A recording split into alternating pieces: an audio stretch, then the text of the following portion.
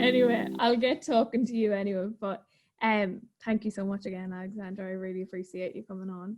You're so welcome. And you have your own podcast starting. Yes, so my podcast is literally in the final stages of being edited, which is so exciting, and it's called They Never Taught Us This, and it's essentially all the life lessons we never learnt in school without the student debt, because I think most of us have enough of that. And it essentially just came from the fact that being a teacher, and I worked with a lot of young kids and everything, and obviously a lot of adults because you work with them, and I just noticed that there's so much in the curriculum that we're just not taught, like basic life skills, emotional intelligence, how to take care of our mental health. Nothing is discussed. It's just kind of shoved under the carpet. And things like tax returns and how to communicate with someone properly, how to feel into your emotions and change them, allow them to move through you, grow as a person. None of this is taught. And I really started to see that I was having these poor little ones that are as young as reception or kindergarten. I'm not sure what you have in Ireland, but essentially this is their first year of school, and I've got kids with high anxiety that I was having to send to school counsellors and psychologists, and it was just heartbreaking because I needed to teach them that. And in Australia, from obviously where I've lived there for 4 years in Sydney, there's a lot that's kind of being introduced and things, which is awesome, but there just wasn't enough. And I realized as I was bringing in all this gratitude and mental health training and support for my children, and I trained myself in it, it was then that I realized that we have a whole heap of adults that completely missed out on that. We have no idea how to do life. We essentially went through school ticking off the boxes, and we could all do algebra and Pythagoras theorem, and then we got chucked out and it was like, hey, now you can work out your taxes. And we were going, how do we do life? Yeah, it's so true. And I learn a lot from podcasts about things like that, about life, about your own body or your own mind. That is where like a lot of things, because I seen that you were doing a podcast about checking your breasts and stuff. I'm like, that's so important. And talking about breast cancer and all that, like you never learn that in school. Like these are topics that people need to know. We need to know that when we're growing up. How do we check our breasts, or how even self-care, like how do we look after ourselves? We don't learn these things in school, and we really should. Honestly, I completely agree with you. And it's so mind-boggling when you actually think about it, because like you said, as a woman, we have boobs, they're right there, and we need to be checking them, because just like every other organ in our body or part of our body, it can get sick, something can be a bit off. And even actually on the podcast, Chanel, who I was interviewing, who's beautiful by the way, she had breast cancer when she was 25, which is so early, but she said the youngest people that she's met were 14 who had breast cancer. And she said that men can even get breast cancer, they still have the same tissue, and men aren't taught to check either because it's the breast, so men don't check, and they can still develop the same type of cancer. And that to me was just shocking, because it's just like you said, not discussed at all. And these things that impact us, we need to be taught. And I think it's really unfortunate that it's only when it happens to you does someone then go, oh, here's how you deal with it. And you're like, I could have used that a while ago so I could cope with it now. I know. And it is like, it's hard on teachers as well, because they're not getting trained in that. Like, I'm sure you know yourself, like you're not going to be, well, especially not here in Ireland anyway, you wouldn't be getting trained in mental health or anything like that. Not yet anyway. I'm hoping that in a few years it will come to that. But so it's hard to expect teachers to teach this as well at the same time, because you're like, they don't really know, they're kind of just doing what they're told to do. So it's like, there's just so much work that needs to be done to get to the point where, these things are in mainstream education. 100%. And it is, I think, for teachers, unless they've experienced it, they then can't teach it. And I am so fortunate in a sense that I got a lot of mental health training, a lot of trauma training, a lot of well-being training personally that I did at school, but then also by myself. So I'm so grateful that I have that variety of training that I then use now in teaching, but also as a mental health mentor and educator, which I'm so grateful for. And then the other part of that, like I said, is experience. Unless you've actually gone through something, you can't then help people. It kind of you learn from it, and then you're able to support people. And I suppose it's one of those things that I'm like, it's unfortunate but fortunate that I've experienced mental health conditions and I've gone through traumas like death and abusive relationships and sexual assault, that I'm able to help people go through it now, Yeah. which is that awful sense of going, I kind of wish I hadn't gone through it, but at the same point I'm going, I couldn't help my kids and I couldn't help the people that I mentor and educate had I not gone through those. So it's one of those catch-22s, like you said, for teachers and people. You either have to have experienced it or you need that training, you know, where someone goes, here's all the steps that you need to look for, here are the signs of suicide, here are the signs of emotional abuse.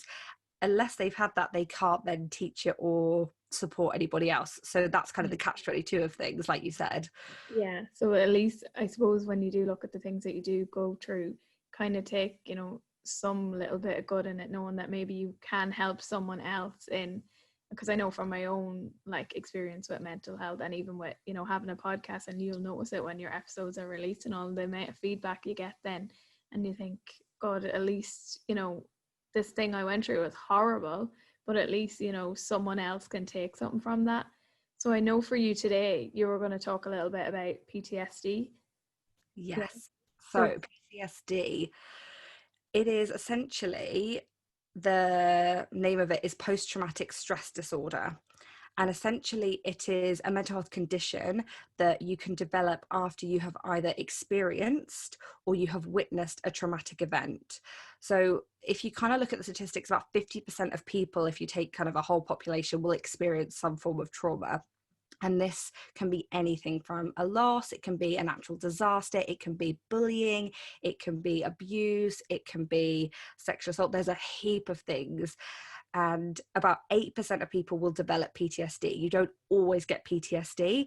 It's actually far more common than we think. There are lots of people that have PTSD because some of the signs and symptoms look a lot like anxiety and depression. And with PTSD, you can have anxiety and depression. So sometimes it gets misdiagnosed or it gets missed. okay. So that was the case for me.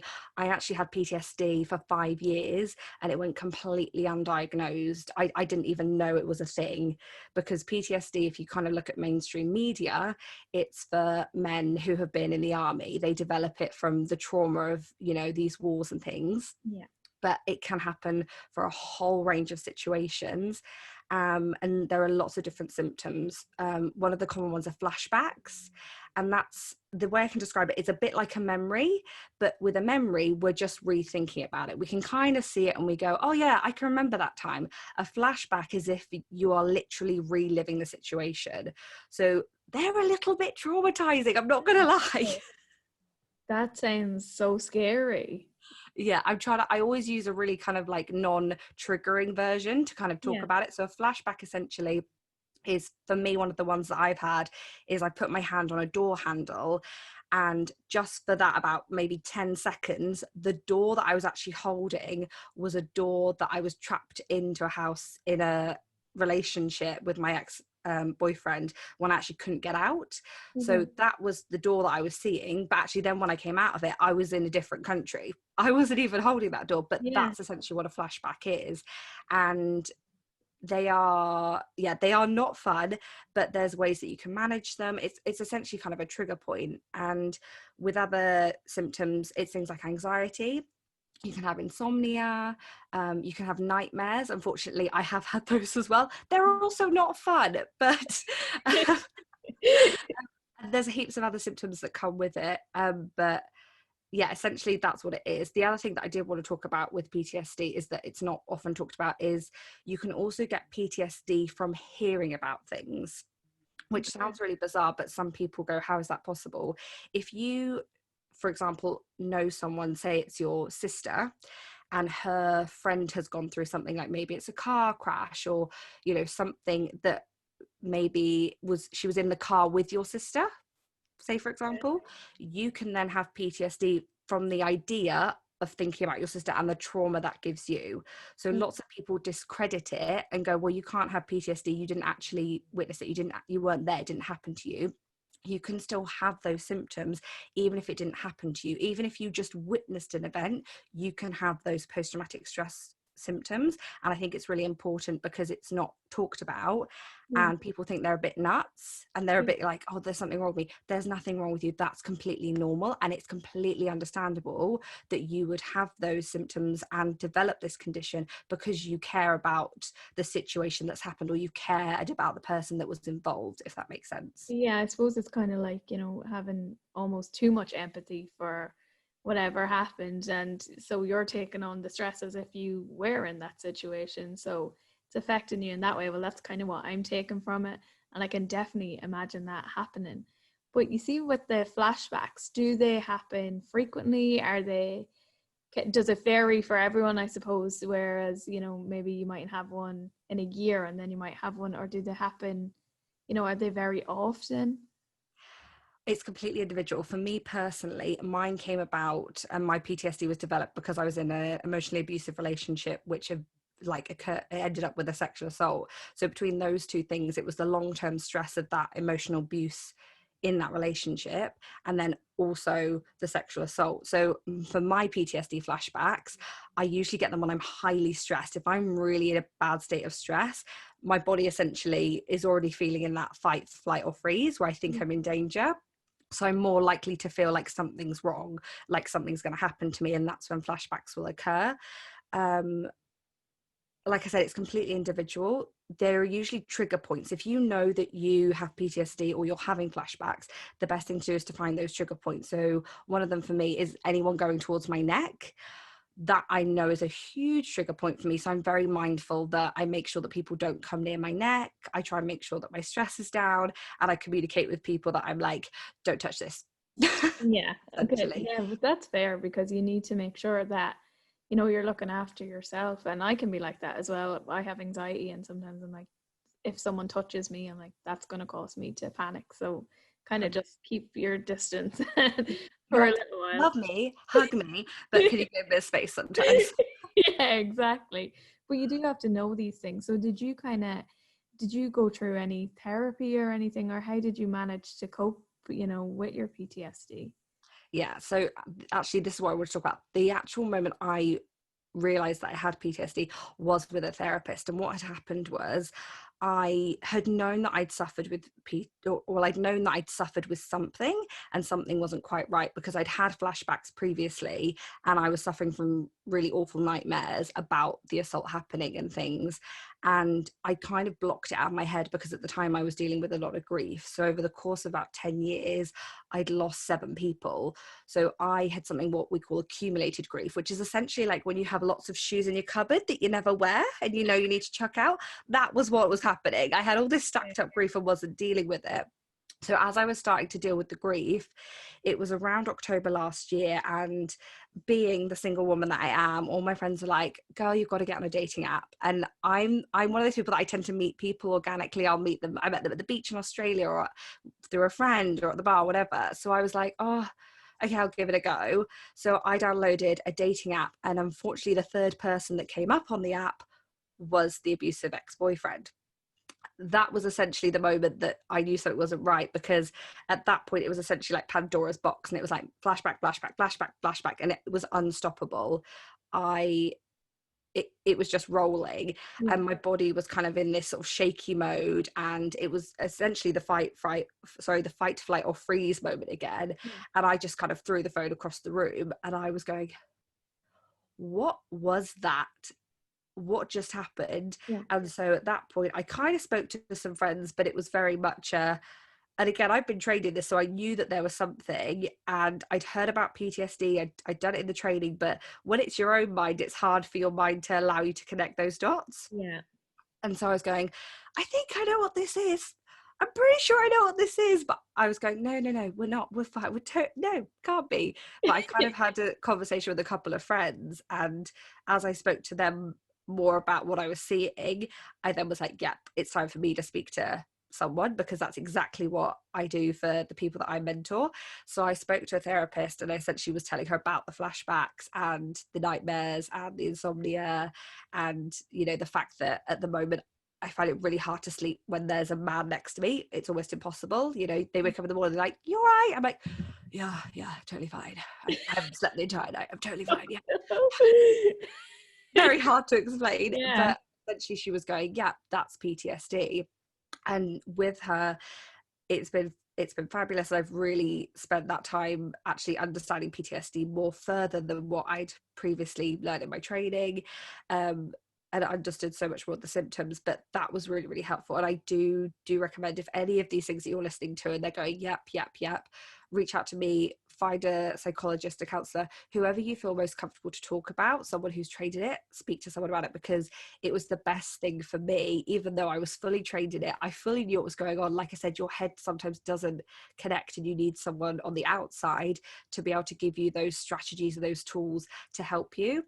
So right now my PTSD symptoms are like bare to none, minimal. I'd probably say there's maybe one that kind of is reoccurring at the moment, but then again, we're in a very heightened situation with the pandemic, so that's really understandable why there'd be one that's maybe showing its head.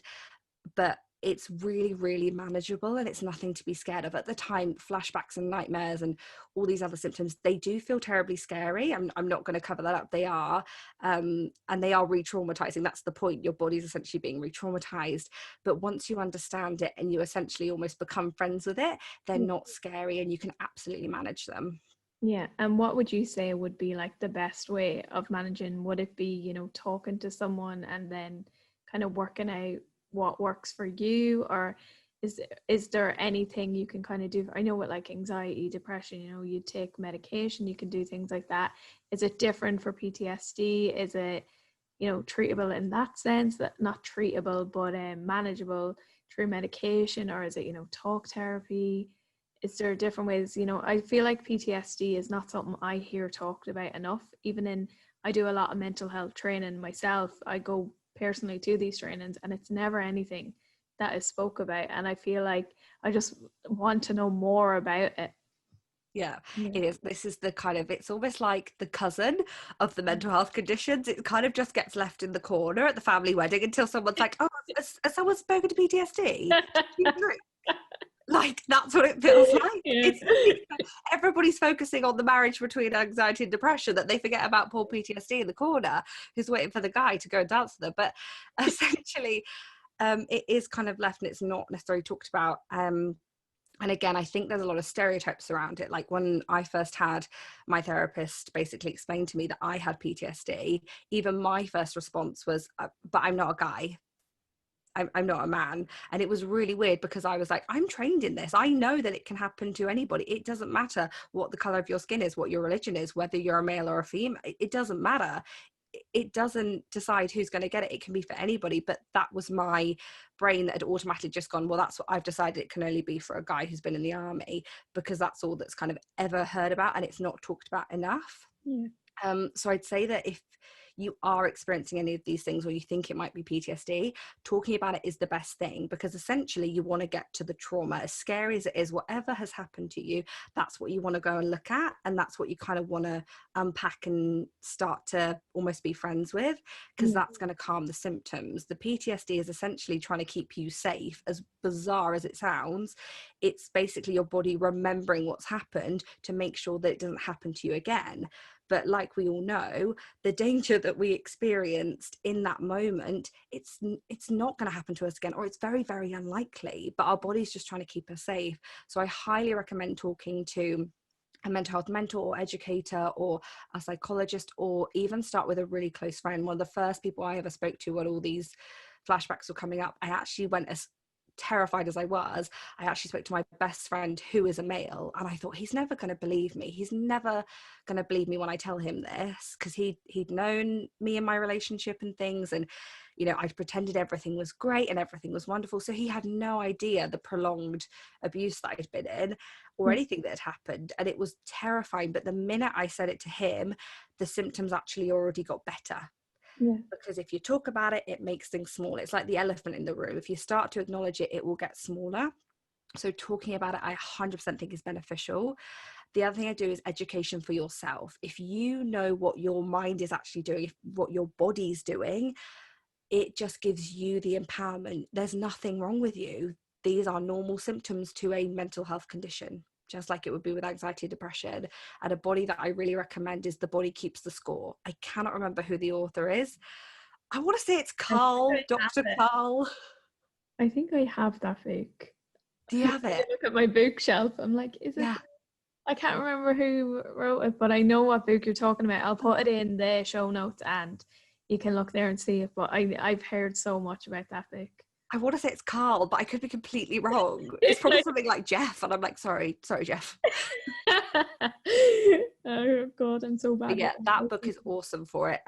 It's, I'm not gonna lie, it's a very heavy book actually. It's a bit like in your face with a lot of heavy stuff, I would say. Even I have had to take a while to read over it, but it has really great things to help with PTSD. Like they talk about yoga, different types of therapy.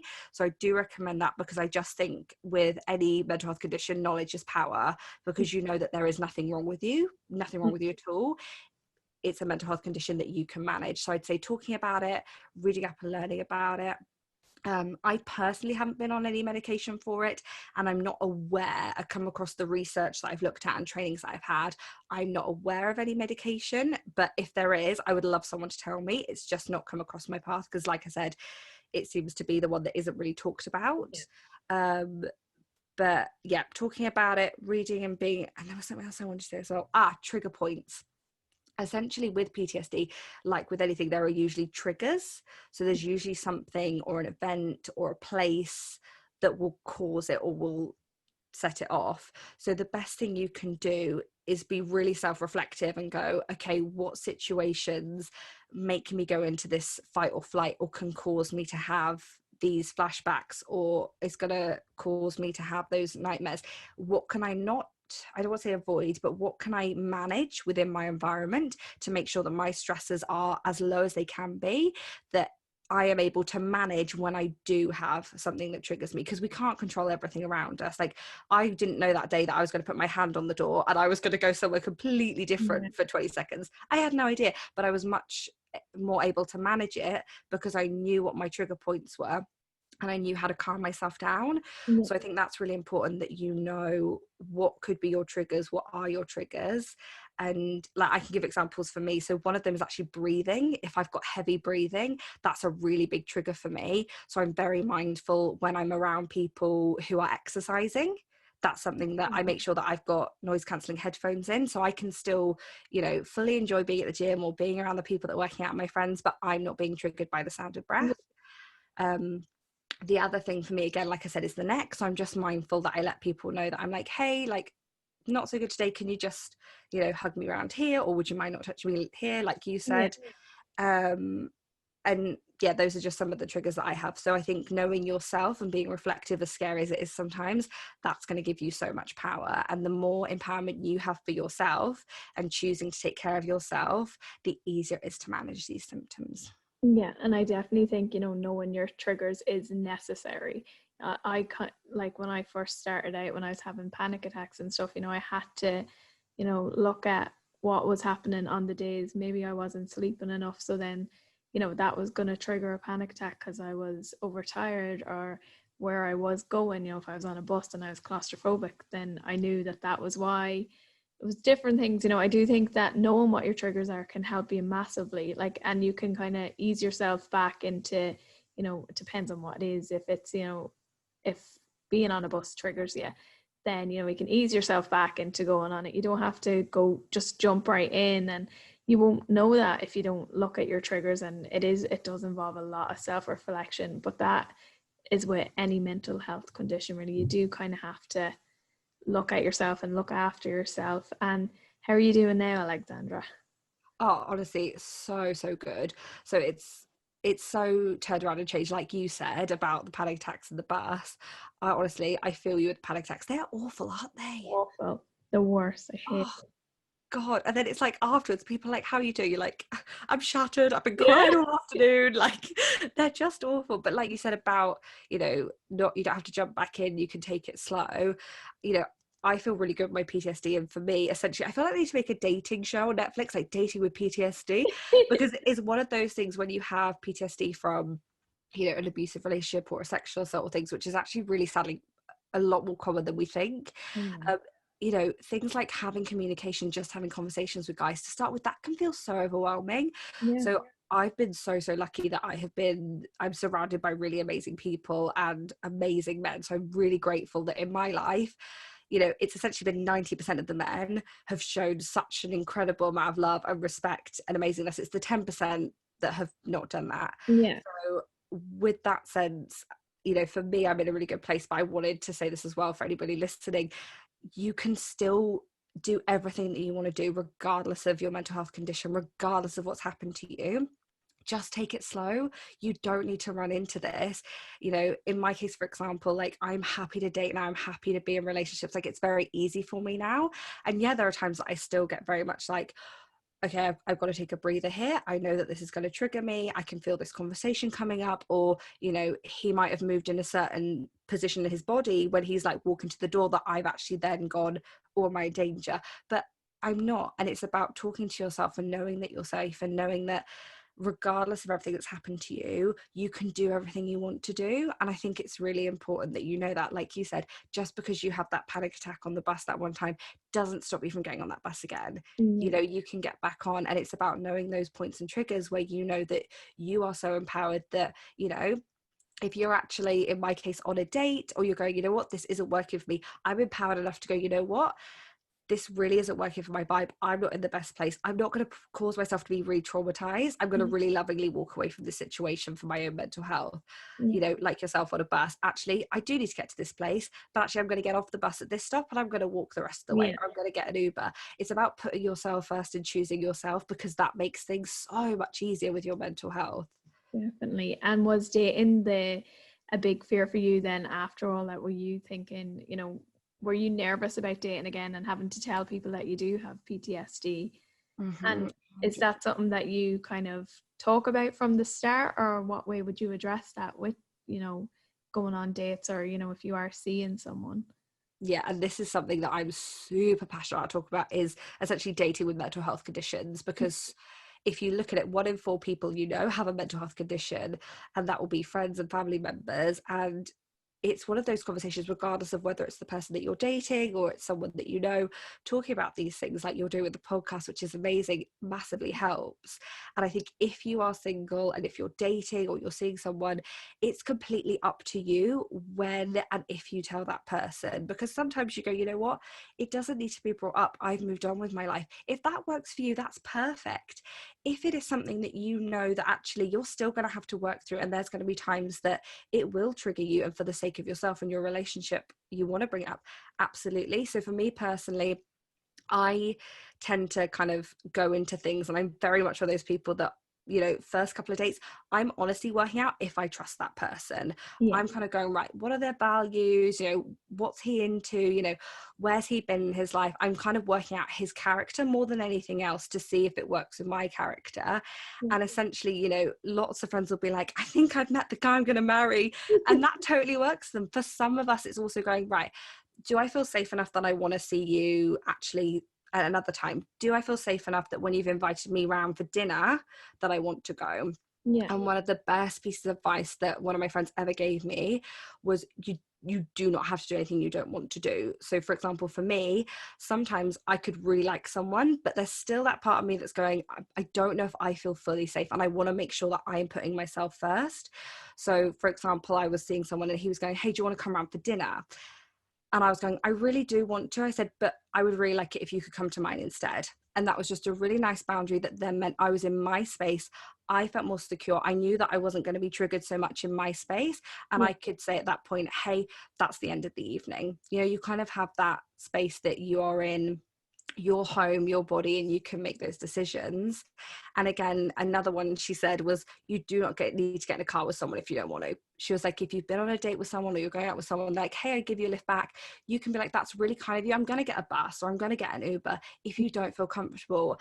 And it's really simple things like that that I think are so important, that when you date, almost date yourself first. You can put yourself first in that situation. And you know, this is the other thing as well that I think lots of women don't talk about. There are great men out there. There are so many wonderful, respectful men out there, and they don't cause the PTSD triggers to come up. You know, they don't cause the stress. Relationships take work. They absolutely do. But find what works for you. And if you don't feel comfortable about talking about it off the bat, then don't. If you feel comfortable bringing it up later when you've kind of got to know them a bit more, absolutely. So I think it's completely personal to how you feel and how you want to date, but that's essentially where I go in. I'm kind of assessing out the situation, I work out if I feel comfortable, and I think the best thing you can do is always choose yourself, because once you do that for yourself, it's so much more fun going into dates. You're not worrying about whether, you know, the PTSD triggers are going to happen, because you're already in a really good space with yourself, and you already have those really clear boundaries of what you do want to do, what you don't want to do, what you feel comfortable saying, what you don't feel saying, and also then just enjoying it and going with the flow, because you'll meet so many awesome people and have so many different conversations. And this is outside of dating as well. Yeah. Even with friends and stuff, you don't have to talk about these things straight away if that's not what you're comfortable with. I know, like with myself, it depends on what I'm doing. Sometimes if I am going somewhere further, I'm like, okay, I'm going to tell them I have anxiety just in case I get anxious on that day, or whatever it may be. You know, whatever, it depends. Every situation is different, every person, it's different.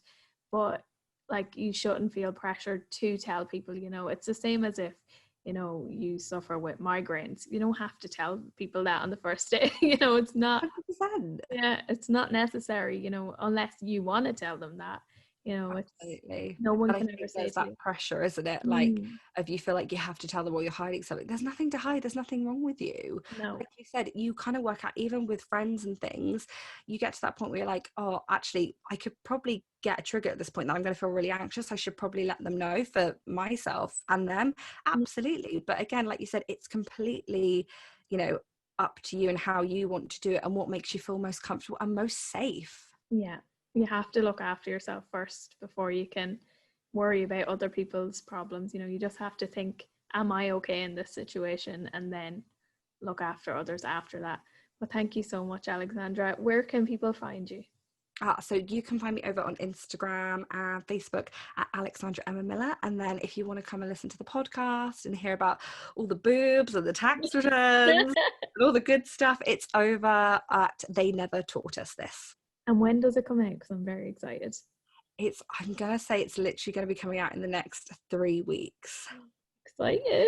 Yeah, I've literally got my fingers crossed, because I'm like, I've got the, like, that anxiety of like, oh, good God, what am I doing? But I'm also very excited. I think it'll be amazing, because I've seen all the guests that you have planned and it just looks so interesting. It's right up my street. So for the people listening to this, it's going to be quite similar to the type of things like we talk about here. So I would really recommend following it, and your Instagram's already up and running. So definitely do follow that. And Alexandra, last thing before we finish, I always ask our guests to name one song that makes them feel good. Oh my gosh, I should have known this because I listened to the podcast. Oh no, oh gosh, I should have known this. Right, okay. I'll give you time, don't worry, I'm not going to rush you. I literally was like, I've got so many. I I know. think honestly, this is the one that my sister and I play, and it's kind of our song, and it's Valerie, but the Amy Winehouse version Oh, with amazing. Mark Ronson. That's our like Yeah, go-to. So that is my ultimate like pickup, and it always reminds me of her. It's just good vibes all the time. yeah, it's a great song. Thank you so much. It was lovely talking to Thank you. you It for was a having really lovely me. conversation. Thank you. Oh, Thanks so thanks. much. You're welcome. Thank